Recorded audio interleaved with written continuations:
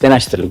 ይህ የገበያ ወግ ነው። በኢትዮጵያ ሰነደ ሙዓለ ንዋዮች ገበያ እየተዘጋጀ የሚቀርብላችሁ ስለ ፋይናንሱ ዓለም፣ ስለ ምጣኔ ሀብት፣ ስለ አክሲዮኖች፣ ስለ ሰነደ ሙዓለ ንዋዮች በአጠቃላይ የምናወራበት ከኢንዱስትሪው ዋና ዋና ሰዎች ጋር የምንወያይበት የገበያ ወግ ፕሮግራማችን።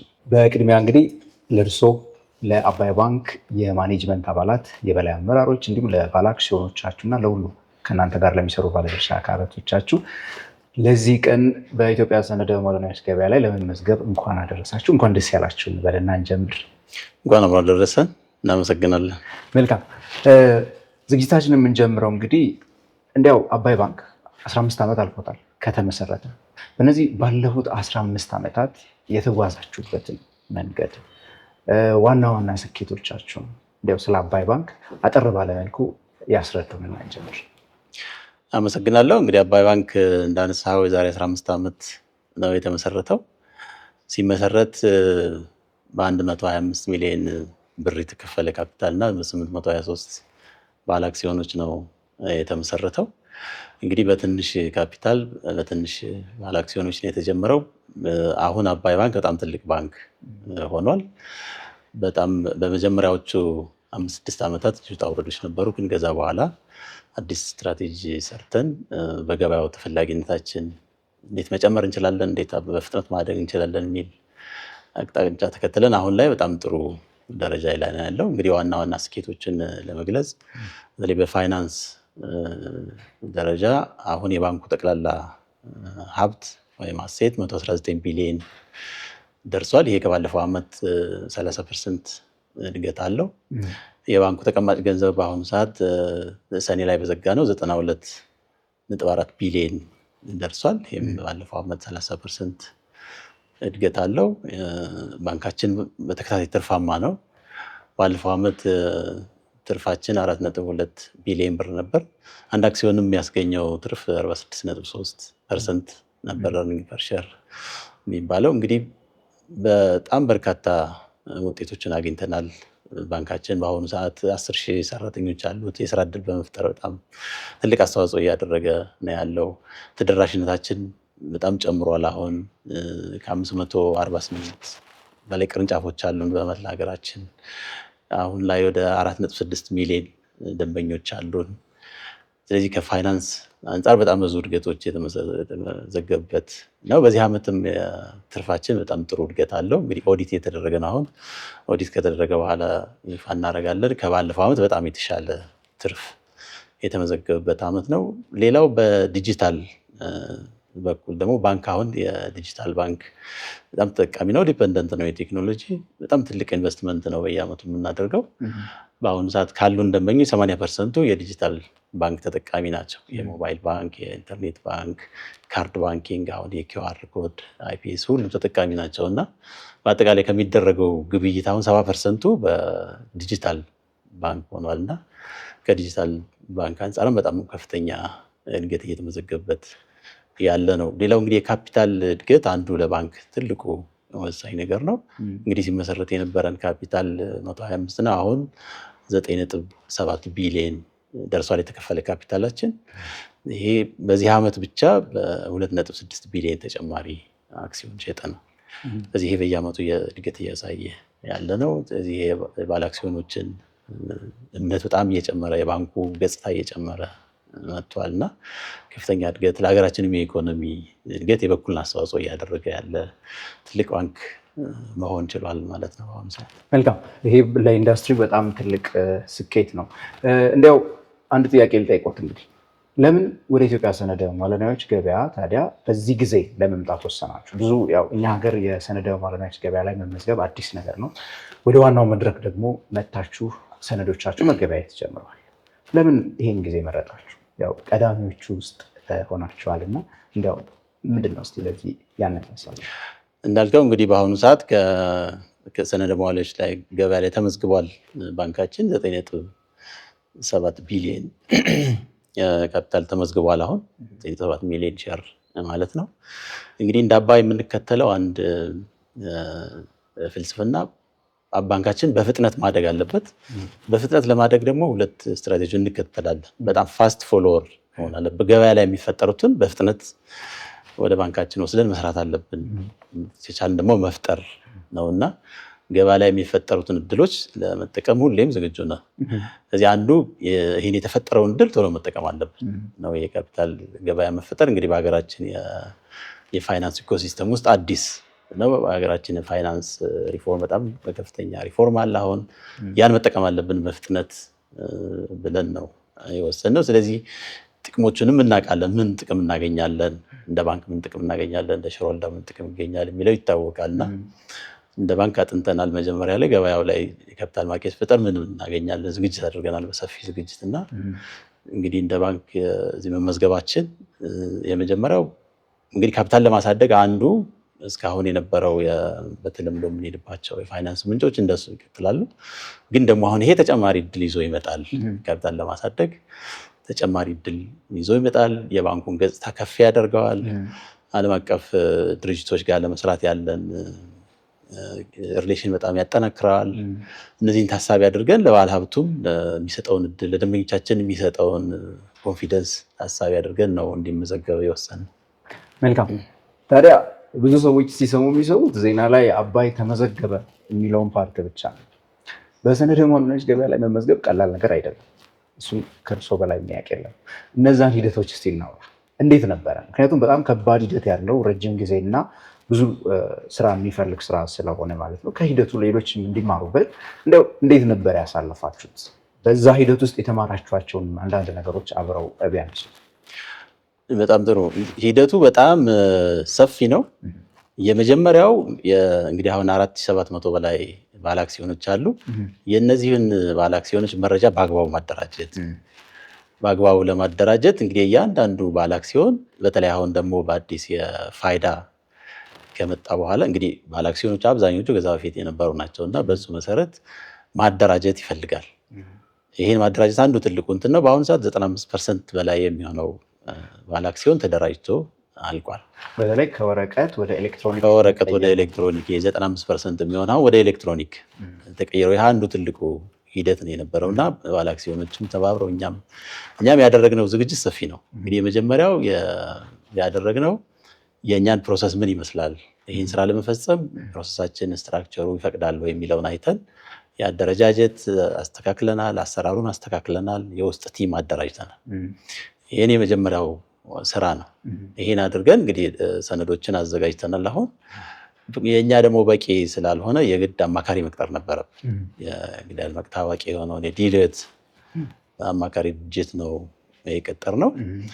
እሱን የዓለም አቀፍ ተሞክሮችን የሀገራችን ነባራዊ ሁኔታ ታሳቢ ያደረገ ለቲሙም ደግሞ የእኛ የውስጥ ሰራተኞቻችን ስልጠና እንዲሰጥ ለማኔጅመንቱ ለቦርዱ ስልጠና እንድናገኝ ይህ ሁሉ በሰፊው ስራ ሰርተን እንግዲህ የደንበኛ ሳቢ መግለጫም እንዲያዘጋጅልን አድርገን እንግዲህ ትልቁ የደንበኛ ሳቢ መግለጫ ኦልሬዲ አሁን ይፋ ተደርጓል እና ሂደቱ በጣም ሰፊ እና ትንሽ ውስብስብ ነው፣ ግን በጣም ደግሞ የተማርንበት ነው። ዋናው ነገር ምንድነው? የመረጃን በአግባቡ ማደራጀት ነው።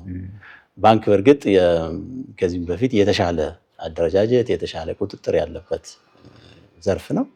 ግን ደግሞ ይሄ ሲመጣ የበለጠ ለደንበኞች ምን አይነት መረጃዎች ናቸው ለደንበኛ ግልጽ መሆን ያለባቸው፣ ለፑብሊክ አትራጅ ምን ያክል መረጃዎችን ማድረስ አለብን፣ እንዴት ቁጥጥር ስርዓት ይኖራል የሚለው በተለይ ካፒታል ገበያ ለመመዝገብ በጣም ብዙ መረጃዎችን ማቅረብ አለብን። ስለዚህ ያ መረጃ ማደራጀት ትልቅ ሂደት ነው፣ ግን የተማርንበት ነው። አንድን ተቋም ለመገንባት ጠቃሚ ናቸው። የአንድን ተቋም መረጃ በግልጽ ማደራጀት፣ ቁጥጥር ባለው መልክ ማዘጋጀት፣ ስጋትን በሚቀንስ መልክ ዘላቂ የተቋም እድገት እንዲኖር ለማድረግ በጣም ሂደቱ በጣም አስተማሪ የነበረ ነው። ተምረንበታል፣ ሰራተኞቻችን አሰልጥነንበታል። ስለዚህ የበለጠ ተቋማችን ለማሳደግ እውነት ጥሩ ነገር አግኝተንበታል።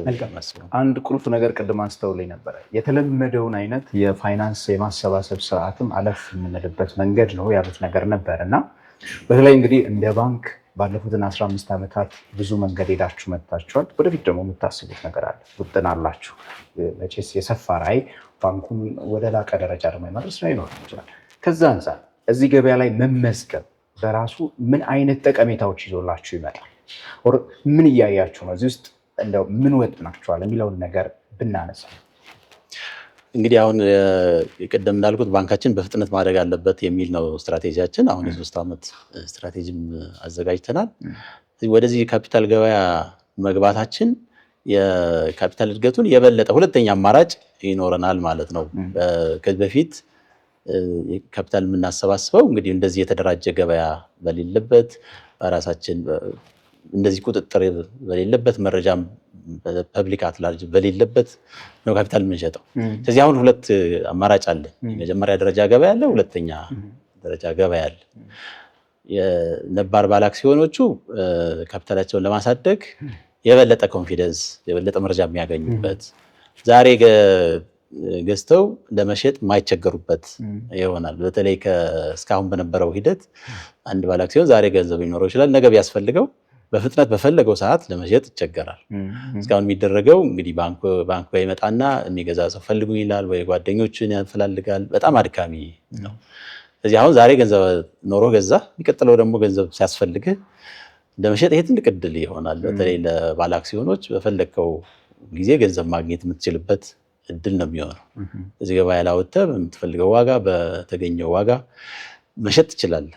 ይሄ አንዱ ከዲቪደንድ በአመት አንዴ ከምጠብቀው በተሻለ ኤኒታይም አክሲዮንህን በተሻለ ዋጋ ገበያው በሚሰጠው ዋጋ ለማቅረብ ለመሸጥ እድል ይሰጣል እና በሁለቱም በኩል ጥቅም አለው። እንደ ባንክ ትልቅ ጠቀሜታ አለው። የባንኩን ገጽታ ያሳድጋል። ዓለም አቀፍ ተደራሽነት ይኖረናል። ደንበኞቻችን በደንብ እንዲያውቁን ኮንፊደንስ እንዲኖራቸው። እንግዲህ ኢንቨስት ማድረግ የሚፈልግ ሰው የሚፈልገው አንዱ ትልቁ ነገር መረጃ ነው። የተደራጀ መረጃ ይፈልጋል። ግልጽነት ያለው መረጃ ይፈልጋል። ቁጥጥር ያለው መረጃ ይፈልጋል። የዛን ድርጅት ቀጣይነት ምንድነው የሚለውን ማወቅ ይፈልጋል። እነዚህም በደንብ ስለሚያገኝ የባንካችን አክሲዮንም ተፈላጊ ይሆናል። ስለዚህ በከፍተኛ እድገት ይኖራል። ለሰራተኞቻችን ኮንፊደንስ ይሰጣል። ስለዚህ በርካታ ጠቀሜታዎች አሉ። እዛ ላይ እስቲ ያደረጋችሁትን ዝግጅት እናውራ። ምክንያቱም ያነሷት ነገር አለች። ኢንቨስተሮች ወይ ደግሞ ሰነዶቻቸውን የሚገዙ ሰዎች መረጃን እውነተኛ አድርጋችሁ ስታወጡላቸው ነው ኮንፊደንስ የሚገባቸው ብለናል። በእናንተ አክሲዮኖች ላይ እንዲያው ምን ተዘጋጅታችኋል? ምክንያቱም ከአሁን በኋላ ሰነደ ማለናቸው ገበያ ላይ ተመዘገባችሁ ማለት እያንዳንዱ ነገራችሁ እያንዳንዱ የምታደርጉት እንቅስቃሴ በማህበረሰቡ ቁጥጥር ስር ነው የሚሆነው። ማን ይከታተላችኋል እንደማለት ነው። እና እንዲያው ምን አይነት ዝግጅቶች አድርጋችኋል ያንን መተማመን ገበያው ላይ ለማምጣት? እንግዲህ ቅድም እንዳልኩ አሁን የውስጥ አደረጃጀታችን በጣም የተሻለ ኢንቨስተር ሪሌሽንሺፕ ማኔጅመንት ዲፓርትመንት አለን። እሱም በደንብ አጠናክረናል። የበለጠ እያጠናከርን እንሄዳለን። ምንድን ነው የሚፈለገው? ገበያው እንግዲህ እንደ አዲስ ነው ገበያው። ከዚህ በኋላ በጣም ቫይብራንት እየሆነ ዲማንዱ እየጨመረ ቁጥጥሩም የበለጠ እየጨመረ የእኛንም አቅም የምናጠናክርበት እድል እየፈጠረ ይሄዳል እና ቲማችን አደራጅተናል። በሚገባ ስልጠና ሰጥተናል። ዓለም አቀፍ ተሞክሮችን ወስደናል። በተለያዩ ሀገሮች ከአማካሪዎች ጋር ወሰድናል። ወደፊትም ከአማካሪዎችም ጋር እንሰራለን።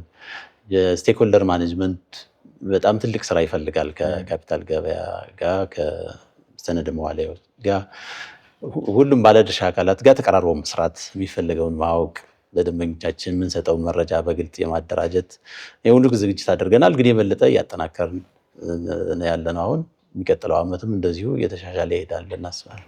መልካም። እንዲያው እስኪ በአጠቃላይ ደግሞ እንሂድና የእናንተ ዛሬ እዚህ ገበያ ላይ መጥቶ መመዝገብ ለአጠቃላይ ለሀገሪቱ ምጣኔ ሀብት፣ ለፋይናንሱ ዓለም፣ ለፋይናንሱ ስርዓት ያለውን እንድምታ ጠቀሜታዎች ደግሞ ውስጥ በትንሹ ያዙት። እንግዲህ አሁን የሀገራችን የፋይናንስ ሴክተሩ ትልቅ ሪፎርም ላይ ነው ያለው። የካፒታል ገበያ ተቋቁሟል። የሰነደ ማዋዕሎች ገበያ ተቋቁሟል። የመጀመሪያው ተቋማት መመዝገብ አለባቸው፣ ወደ ህዝብ ተደራሽ መሆን አለባቸው። ይህ ሲሆን አጠቃላይ የሀገራችን ኢኮኖሚ የተነቃቃ ይሆናል። በተለይ ፕራይቬት ሴክተሩ የተነቃቃ እንዲሆን የበለጠ እድገት እንዲኖረው።